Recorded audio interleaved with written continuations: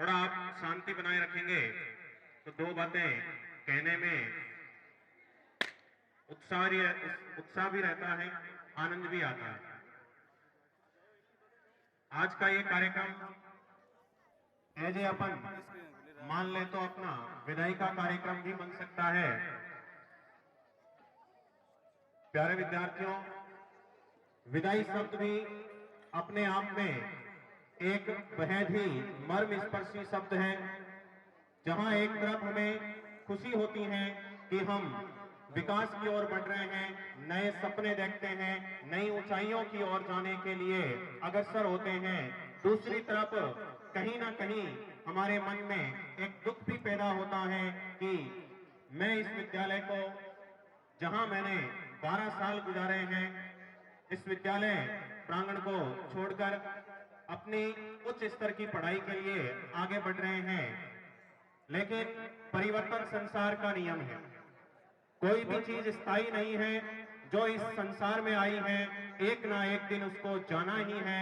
लेकिन सवाल यह है कि वो कितने अच्छे रूप में गया है, उसने अपने जीवन में ऐसा क्या कार्य किया है कि आने वाला समय, आने वाला समाज, देश, दुनिया उस काम को याद कर सके।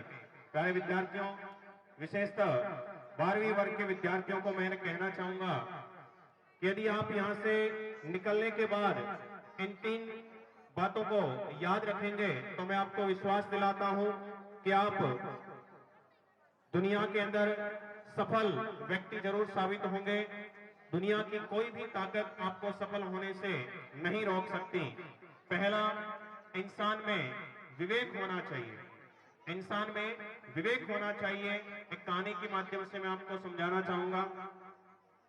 यूरोप के अंदर एक महान संत हुआ करते थे, सुकरात, जिनकी ख्याति पूरे विश्व में थी और उनके कहे गए वचन वास्तव में आज भी सत्य से प्रतीत होते हैं और इतिहास में इनका कहीं जगह उल्लेख भी है।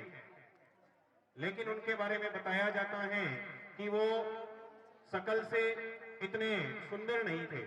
उनके बड़े बड़े बाल, बड़ा सा मुंह, कद काठी, डरावनी, एक बार सामने आ जाए तो बच्चा भी डर जाए। लेकिन उनके शिष्य गुरु से बड़ा स्नेह करते थे। उसी समय गांव के अंदर एक ज्योतिष आते हैं जो शकल और हाथ देखकर भविष्य बताते हैं।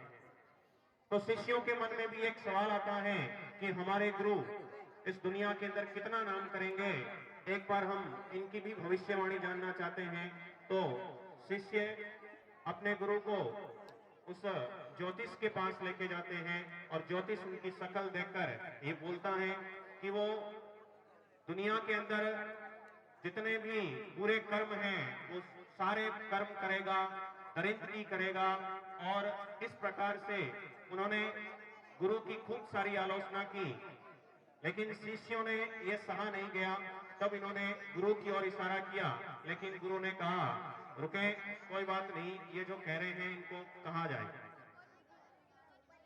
अंत में गुरु ने शिष्यों को आदेश दिया कि इनको सम्मान के साथ, आदर के साथ आप विदा करके आए गांव से बाहर। लेकिन शिष्यों के मन में अभी भी एक सवाल है कि हमारे गुरु इतने महान हैं, इतनी इनकी विश्व के अंदर ख्याति है, फिर भी इन्होंने इतनी सारी आलोचनाएं कैसे सुन ली। ये प्रश्न लेकर वो अपने गुरु के पास जाते हैं। तो गुरु की बात सुनकर वो भी हैरान रह जाते हैं। गुरु भी ये कहते हैं कि बिल्कुल सही कहा है उस ज्योतिष ने कि विवेक क्या है, सही और गलत में भेद करने की शक्ति। बच्चों, शिक्षा का एकमात्र उद्देश्य है कि आपको एक अच्छा इंसान बनाना सिखाएं। इसके साथ आपकी बुद्धि के अंदर इतना विकास करें कि आप सही को सही और गलत को गलत कर सकें। और वो काम करता है विवेक। तो विवेक होना बहुत जरूरी है। प्यारे विद्यार्थियों, आप यहाँ से निकलने के बाद आपके साथ माता पिता नहीं रहेंगे, आपके साथ यहाँ से गुरु नहीं होंगे। जब आप यहाँ से शहर की ओर पढ़ने के लिए जाओगे तो आपके काम में जो एक चीज आएगी वो है विवेक। यदि आपने सही निर्णय लिया तो आपकी जिंदगी नई ऊंचाइयों को छुएगी और आपने गलत निर्णय लिया है तो आपको जिंदगी गर्त में ले जाएगी।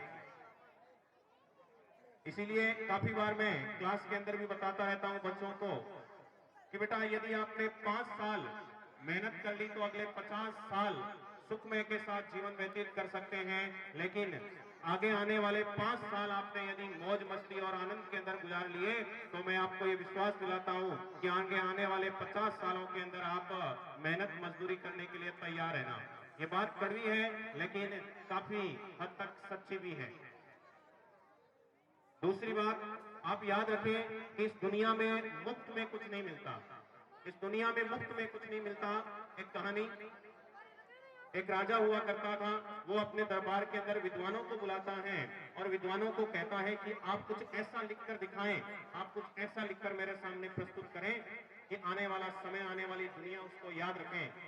तो विद्वान जाते हैं, बड़ी बड़ी पुस्तकें बना के लेके आते हैं, लेकिन राजा जब पुस्तकें लेके आते हैं विद्वान दरबार के अंदर, तब राजा इनको इनकार करता है कि आने वाले समय के अंदर लोगों के पास, आने वाले समय में लोगों के पास वक्त ही नहीं होगा। विद्वानों को वापस भेजते हैं, वापस एक किताब के अंदर अपना कंटेंट समेट के लेके आते हैं, वापस भेजते हैं, वापस 2 पन्नों के अंदर अंत में वो एक शब्द लिख के लेके आते हैं कि इस दुनिया में मुफ्त में कुछ नहीं मिलेगा। बिल्कुल सही बात है। हम लालच में फंस जाते हैं, 12वीं क्लास के बच्चे, हम लालच में फंस जाते हैं, शॉर्टकट अपनाते हैं। हम सोचते हैं कि इधर उधर से डिग्री हो जाए, पेपर लाकर नौकरी लग जाए और अच्छे बन जाएं। आप नौकरी तो लग जाओगे लेकिन कभी आप अच्छे इंसान नहीं बन पाओगे, कभी आप अच्छे इंसान नहीं बन पाओगे। सबसे महत्वपूर्ण है जीवन को बढ़िया तरीके से जीना, कि दुनिया आपको याद करे, ना कि पैसा कमाना।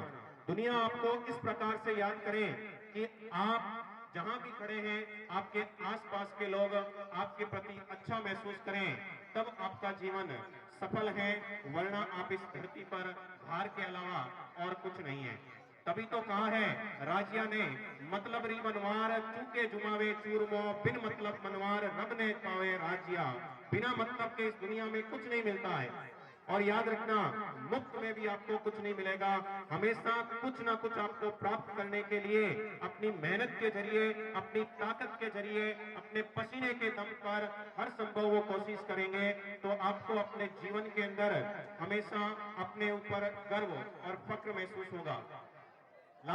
तीसरी बात मैं आपको बताना चाहूंगा कि प्रत्येक के अंदर स्वाभिमान बहुत महत्वपूर्ण है। प्रत्येक इंसान का स्वाभिमान बहुत महत्वपूर्ण है, और यदि इंसान का स्वाभिमान ही मर जाए तो उसके पास कुछ नहीं बचेगा। डॉक्टर बाबा साहेब अम्बेडकर कहा करते थे कि 100 दिन बकरियों के माफिक जीने से बेहतर है कि एक दिन जिए लेकिन शेर बनकर जिए। मैं एक कहानी के माध्यम से स्वाभिमान शब्द को स्पष्ट करना चाहूंगा। डॉक्टर इकबाल का नाम आपने सुना होगा, अगर नहीं सुना है तो जरूर पढ़ना, आपको बहुत कुछ सीखने को मिलेगा और ये समस्या आपके जीवन में भी आएगी। उनका एक बच्चा था जिनको उन्होंने उच्च स्तर की पढ़ाई करवाने के लिए यूरोप की ओर भेजा, कुछ स्कॉलरशिप और कुछ अपने मेहनत के पैसों के दम पर। जब वो इंग्लैंड के अंदर बच्चा जाता है तो वहां वो अवलोकन करता है कि वहां जो उसके सहपाठीगण हैं, जो उसके साथीगण हैं, वो बड़ी बड़ी सी गाड़ियों के अंदर आते हैं, उनको लेने और ले जाने के लिए ड्राइवर आते हैं, वो महंगे महंगे कपड़े पहनते हैं, वो अपनी शौक मौज में रहते हैं। वो अपने आप को थोड़ा नीचा महसूस करता है। तब उसके मन में आता है कि इस दुनिया में पैसा ही सब कुछ है। तब वो अपने पिताजी को एक लेटर लिखता है और उस लेटर के अंदर पिताजी से कहता है कि पिताजी, मैं भी ये सब सुख सुविधाएं हासिल करना चाहता हूं, तो इतने सारे आप मुझे पैसे भेजिए। डॉक्टर इकबाल साहब के पास पैसे नहीं थे, तो उन्होंने रिटर्न में एक लेटर लिखा और उस लेटर में इन्होंने कहा है, कुछ पंक्तियां लिखी कि तैयारे इश्क में अपना मकाम पैदा कर, तैयारे इश्क में अपना मकाम पैदा कर, नया जमाना नए सुबह शाम पैदा कर, मेरी तारीफ अमीरी नहीं फकीरी है, खुदी ना बेच, गरीबी में अपना नाम पैदा कर, गरीबी में अपना नाम पैदा कर। इसका अर्थ था कि जीवन के अंदर अपना एक खुद का मकाम पैदा करें, अपना विश्वास पैदा करें, हमेशा दूसरों पर निर्भर न रहें। इतनी आपके अंदर ताकत होनी चाहिए कि खामोशी में भी म्यूजिक पैदा कर दें। आप कितने भी गरीब हो, उससे कोई फर्क नहीं पड़ता है। बिल गेट्स कहा करते थे कि आप गरीब पैदा हुए हो इसलिए आप जिम्मेदार नहीं हैं, लेकिन यदि आप मरते हैं तो सिर्फ और सिर्फ आप जिम्मेदार होते हैं गरीबी के अंदर। इतना आपके अंदर स्वाभिमान होना चाहिए कि कोई दिक्कत नहीं है, भगवान ने मुझे आर्थिक स्थिति खराब दी है, लेकिन मैं इसे अपने दम पर, अपनी मेहनत के दम पर इसको सुधारूंगा। प्यारे बच्चों, शिक्षा ही वो एकमात्र हथियार है जो आपके जीवन को बदल सकता है। शिक्षा ही वो एकमात्र हथियार है जो आपके जीवन को बदल सकता है, आपको आत्मसम्मान, मान, सम्मान और स्वाभिमान देता है।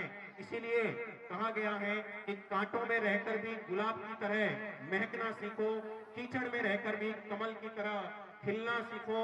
जो कठिन परिस्थितियों से घबरा जाए वो लौह पुरुष हो नहीं सकता। राख में रहकर भी अंगारों की तरह दहकना सीखो, राख में रहकर भी अंगारों की तरह दहकना सीखो। इतना आत्मविश्वास, इतना सम्मान आपके भीतर में होना चाहिए। और मैं आपको विश्वास दिलाता हूं कि ये अगर आपने बातें ध्यान में रखी तो दुनिया की कोई भी ताकत आपको सफल होने से रोक नहीं सकती। देर सवेर लेकिन सफलता आपका कदम चूमेगी। इसीलिए मैं काफी बार क्लासों के अंदर ये पंक्तियां भी बताता हूँ कि रख हौसला वो मंजर भी आएगा, रख हौसला वो मंजर भी आएगा, प्यासे के पास चलकर समंदर भी आएगा, थक कर ना बैठ के राह के मुसाफिर, मंजिल भी मिलेगी और मंजिल मिलने का आनंद भी आएगा, मंजिल मिलने का आनंद भी आएगा। जय हिंद, जय भारत।